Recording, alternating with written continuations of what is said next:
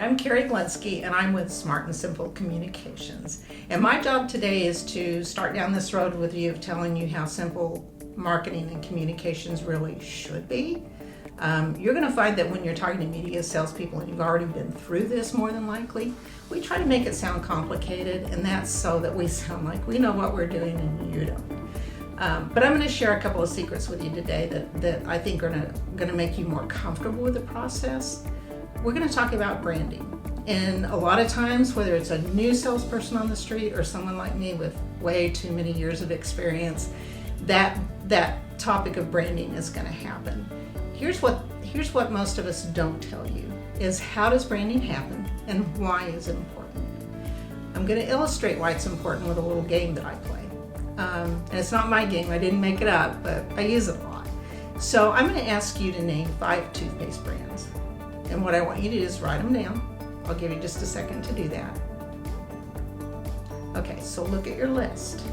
I'm going to guess that you have 2 toothpaste brands on your list, and one of them's going to be Crest, one of them's going to be Colgate. Normally, more people are going to put Crest as number 1 and Colgate as number 2, but sometimes they flip-flop them. Then there'll be sometimes a number 3, but most of us can never get past number 3. The people who do are typically people like me who are in marketing and are aware that it makes a difference. It does make a difference to your company. This applies to your company as well. It's really, really important that you make it to the top 5. And here's why. Because Crest, remember they make it most often as number 1. Okay, so Crest has 50% of the toothpaste market share. Colgate, which normally comes up as number 2, has 50% of that. And then the most often named brand after that is going to have 50% of Colgate's share. So to make the top 5 means that you have a significant share of market.